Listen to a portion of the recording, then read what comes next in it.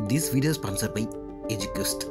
இது ஒரு future based learning platform. இந்த லேர்னிங் பிளாட்ஃபார்மில் digital marketing, stock marketing, coding, HTML, Java, Python எல்லாமே ஈஸியாக பிக்கப் பண்ணிக்கிற மாதிரி சொல்லி கொடுப்பாங்க. கோர்ஸை பற்றி தெரிஞ்சுக்கணுன்னா லிங்க் டிஸ்கிரிப்ஷனில் கொடுத்துருக்கேன், மறக்காமல் செக் பண்ணி பாருங்கள். The struggle to find courses that truly speak your language, it's finally over. Welcome to EduQuest, where learning is made just for you.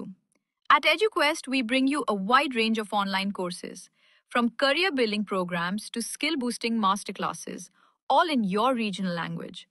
Because we believe language should never be a barrier to success. Our courses are tailor-made after understanding what today's learners really need. So why wait? Start learning the smarter, simpler way only with EduQuest. Visit eduquest.courses and explore your next course today. And hey, don't miss out on our exciting offers and promotions. இன்னைக்கு நம்ம பார்க்க போற விஷயம், எவ்வளவு உதவி செய்யலாம், எப்பொழுது உதவியை நிறுத்த வேண்டும் அப்படிங்கிறதுக்கான கிளாரிட்டி. இது புரிந்து கொள்வது ஏன் ரொம்ப அவசியமான விஷயம்னு கேட்டீங்கன்னா, உதவி செய்ய வேண்டியதுன்றது ரொம்ப அவசியமான விஷயம் தாங்க.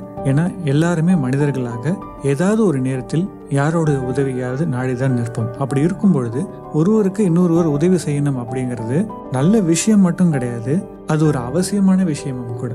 ஆனால் இந்த உதவியை ரொம்ப அதிகமாக செய்ய ஆரம்பித்தால் அது நமக்கும் பிரச்சனை. நம்ம யாருக்கு உதவி செய்யணும்னு நினைக்கிறோமோ அவங்களுக்குமே அது ரொம்ப பெரிய பிரச்சனை. இப்போ இந்த உதவி அப்படின்னு நம்ம சொல்லும்பொழுது நம்மளை எப்போ ஸ்டாப் பண்ணிக்கணும் அப்படின்னு தெரிஞ்சுக்க வேண்டியதுதான் ரொம்ப முக்கியமான முதல் லெவலுங்க. இப்போ உங்கள் நண்பர் ஒருத்தர், உங்கள் ரொம்ப முக்கியமான நண்பர், அவர் சொல்கிறாரு, திடீர்னு ரொம்ப கடன் ஆயிடுச்சுங்க, என் வீடு வாசல் எல்லாமே இழந்துட்டேங்க, என் குடும்பமே இன்னைக்கு நடுத்தெருவில் தான் நிற்குது, எனக்கு இப்போ கடன் கொடுக்கறதுக்கு கூட யாருமே தயாராக இல்லை, ஆனால் எனக்கு இப்போ கையில் ஒரு 10 லட்சம் ரூபாய் இல்லை அப்படின்னா என்னை உயிரோடவே இருக்க விட மாட்டாங்க, என்னோட குடும்பமே அழிஞ்சிரும், உங்களால் ஒரு 10 லட்சம் ரூபாய் கொடுத்து எனக்கு உதவி செய்ய முடியுமான்னு கேட்குறாரு. அப்போது உங்கள் கையில் 10 லட்சம் ரூபாய் கிடையாது, உங்களுக்கு 10 லட்சம் ரூபாய் கொடுக்குற அளவுக்கு வசதியும் கிடையாது. இப்போ இந்த மனிதரை காப்பாற்றுவதற்காக நான் போய் கடன் வாங்கி இந்த மனிதரை காப்பாற்றணுமான்னு கேட்டிங்கன்னா அங்கே தான் கொஸ்டின் மார்க். உதவி அப்படிங்கிறது எப்போவுமே நம்மளால் எவ்வளவு முடியுமோ அவ்வளோதான் செய்யணும். அதுவும் தனக்கு மிஞ்சிதான் தானமும் அப்படிங்கிற ஒரு விஷயத்த மனசுல வச்சுக்கிட்டு தான் எப்பயுமே செய்யணும். உதவி செய்யும் பொழுது கடவுளாக இருக்க முயற்சி செய்யக்கூடாது. அதாவது எவ்வளவு பெரிய உதவியா இருந்தாலும் நான் செஞ்சிருவேன், உயிரையும் கொடுத்து உதவி செஞ்சிருவேன், இது தேவையில்லாத விஷயம். அந்த மாதிரி நீங்க ஏதாவது ரிஸ்க் எடுத்து உதவி செஞ்சீங்கன்னா அதுதான் கிட்டத்தட்ட நீங்க செய்யற கடைசி உதவியாக இருக்கும். 2 காரணங்கள்னால. ஒன்று, அதுக்கப்புறமா உதவி செய்யறதுக்கு உங்ககிட்டயே வேற எந்த விஷயமுமே கையில் இருக்காது.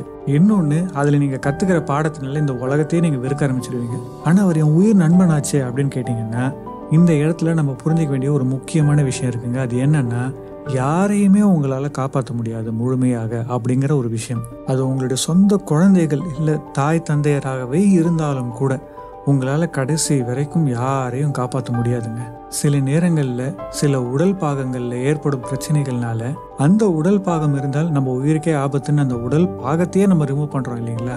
நம்ம உடல்ல இருக்க ஒரு பாகம் நம்ம யோசிக்கிறது இல்லை இல்லைங்களா. காரணம் என்ன அப்படின்னா, அது உடல் பாகமாகவே இருந்தாலும் சரி, என் உயிரை காப்பாற்றி கொண்டு மிச்சம் தான் அந்த உடல் பாகத்துக்குன்னு நான் யோசிக்கும் பொழுது, அவங்க உயிர் நண்பனாக இருந்தாலும் சரி, சகோதர சகோதரியாக இருந்தாலும் சரி, குழந்தையாக இருந்தாலும் சரி, தாய் தந்தையராக இருந்தாலும் சரி, ஒரு அளவுக்கு மேலே உங்களையும் தாண்டி நீங்கள் அந்த விஷயத்த செய்யணும் அப்படின்னு யோசனை வரும்பொழுது எப்பயுமே ஓரளவுக்கு சரியான பதில் எதுவாக இருக்கும்னு பார்த்தீங்கன்னா, எனக்கு மீறி நான் இந்த விஷயத்த செஞ்சேன்னா இதில் நான் என்னையே இழக்க நேரிடும், அதற்கான சான்ஸாவது அட்லீஸ்ட் இருக்கு. ஒரு அளவுக்கு மேலே ஒவ்வொரு மனிதனும், அது ஆணாக இருந்தாலும் சரி பெண்ணாக இருந்தாலும் சரி, அவங்கள பார்த்துக்க வேண்டியது அவங்களுடைய வேலை தான். நீங்கள் எவ்வளவுதான் கஷ்டப்பட்டு ஒவ்வொரு வாட்டியும் உங்க உயிரையே கொடுத்து காப்பாற்றினீங்கனாலும் திருப்பி அதே இடத்துக்கு தான் அவங்க நிற்பாங்க. காரணம் என்னன்னா, அவங்க அதுலேருந்து கற்றுக்க வேண்டிய வாழ்க்கை படத்தை கற்றுக்கல அப்படிங்கிறதுனால.